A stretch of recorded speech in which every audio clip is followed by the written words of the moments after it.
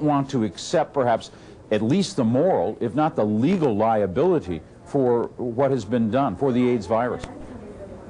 I feel that this is so, and as one of the most worrying aspects of the case, I feel it's not only the origin of AIDS that is in question here, it is the conduct of science towards this hypothesis, which has been one of almost paranoid rejection, I would say. I think I would not exaggerate to describe it as medical science's worst hated hypothesis, and there seems to be a great reluctance to publish anything about it or to test any of the available evidence that could be more directly tested. Bill Hamilton made 2 trips to Africa to collect chimpanzee samples. Sadly, during the second trip, he contracted malaria and died in March 2000. Before his death, Hamilton had asked the Royal Society of Scientists in London, England, to stage a debate on the hunter versus the vaccine theory of the origin of AIDS. In his memory, the conference went ahead. Edward Hooper was invited to present his evidence to Kaprowski and the scientific community. It was the first time they had ever invited a non-scientist to debate a theory with renowned experts in the field. I am not to defend myself. Hooper has to defend himself. Certainly this meeting is very welcome. I think it's a good meeting. It's an unusual meeting. That a journalist presents a hypothesis without facts, and here come the scientists and give him all the scientific facts. I think we're going to have a real debate today. I think it's going to be a worthwhile debate. I don't think it's between Kaprowski and myself. I think it's about something far more important than that. From the opening of the conference, arguments were launched against Hooper's theory. Even the date when AIDS emerged among men was challenged. But the final blow to Hooper was a surprise announcement that samples of Kaprowski's vaccine had been located and tested and contained no trace of HIV, SIV, or chimp DNA. That left little room for Hooper to respond. This did offend Ed Hooper, because he was clearly the underdog at the meeting. But science is a very cruel culture. We go by evidence, and although we may be fooled in our interpretation, we may fool ourselves in misinterpreting evidence. In the end, hard evidence wins the day. But the scientific evidence that signaled the death knell for the polio vaccine theory needed to be re-examined. Exactly what was tested? The actual samples that were used in the Congo between late 1957 and the beginning of 1960, of course, don't exist anymore. They were used. But one of the samples tested was the very same lot of virus as Hooper thinks is by far the most likely to have been contaminated that was used in the Congo, the chat 10A11. Similar samples? Maybe. But the real question is, was it or was it not used in the Congo? This was discovered here in the UK, who had received it in 1981 from the State Serum Institute in Stockholm, who in turn had received it from the Wistar Institute around the time it was made. And it was sealed and had never been opened. So the sample remains sealed since it was made at Kaprowski's laboratory. All one can say for certain is that it was never used in the Congo. Is this enough scientific rigor to use as a decisive statement against the polio vaccine theory? This was another event in which the scientists eventually conjoined and had a public lynching in London for the Royal Society, in which they once again claimed to have laid rest to the idea that HIV could have come from polio vaccine. And I don't think they did a better job than they had done before. There are still great gaping holes in their story.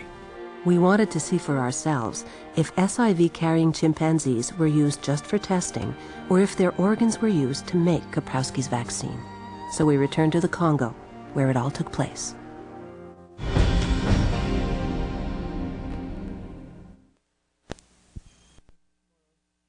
at some point. I can't even think about what to say. I'm sorry. I'm sorry.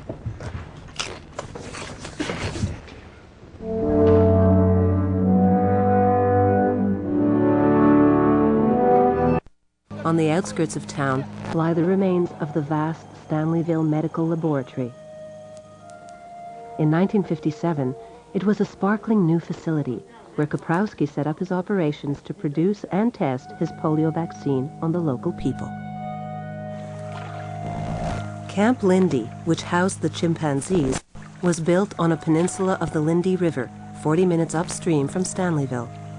To get there, we had to take the road and then a ferry to cross the river.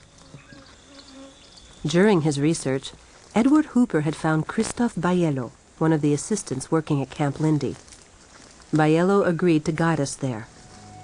In the 1950s, he was in charge of caring for and feeding the chimpanzees. Nakanisi tolbanakana ke tango bamindele bangu baye na biso tukula ba travailleur to baka makambo ta komela kaka baye basali nini ba bo polio na bango wana ba kusala ba operation wana biso pe to kipina yango te oya jaki ko yeba obere infirmière da ko ko ba secret wana. What secret is Baiello talking about? In the jungle, only a few traces remain, but other images bring these abandoned sites back to life. These photographs were taken by Tom Norton, Kaprowski's right-hand man. The photos help date one of Kaprowski's trips to the Congo, February 1957. It corresponds to an event, the first big influx of chimpanzees to Camp Lindy. More than 100 chimpanzees, an exorbitant number, captured in about 15 days. An important visit, it's immortalized with a symbolic handshake between the two co-founders, Ghislain Courtois and Hilary Kaprowski. In this photo are the 11 camp assistants, including Christophe Baiello and Joseph Limbaya, one of two nurses who observed firsthand what was taking place at Lindy. Batungaki wana mobele pona ko tusalaka tutiaka mobele banyama yango wana tuti banyama wana soko basengi yango pona ko buma yango to bumi yango nazalaka ko buma mokolo moko na ko buma mibale to misato nde simango nasali autopsie. Nakosala autopsie akakatawa yoso nakobimisa foie ezali webi soyebi foie tozali kolongola yango misuni te po misuni yawa te mbuma yango yali kuna mibale kuna toyi kobenga rein nde doktere akoya na yango aye na yango na Kisangani awa na laboratoire pana kotinda na Amerika pana kotinda yango na Amerika. Docteur nani oyo ozalaki kosala na ye muda Belgique? Ona zayo sana Paul Osterite. According to Joseph, Paul Osterith, the lab's head of virology, was in charge of killing the chimpanzees.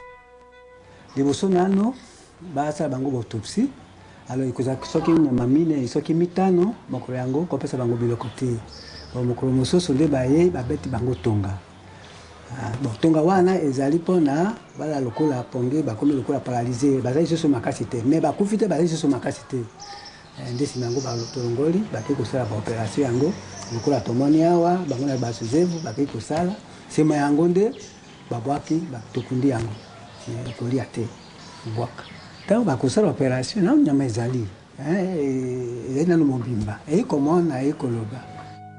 Joseph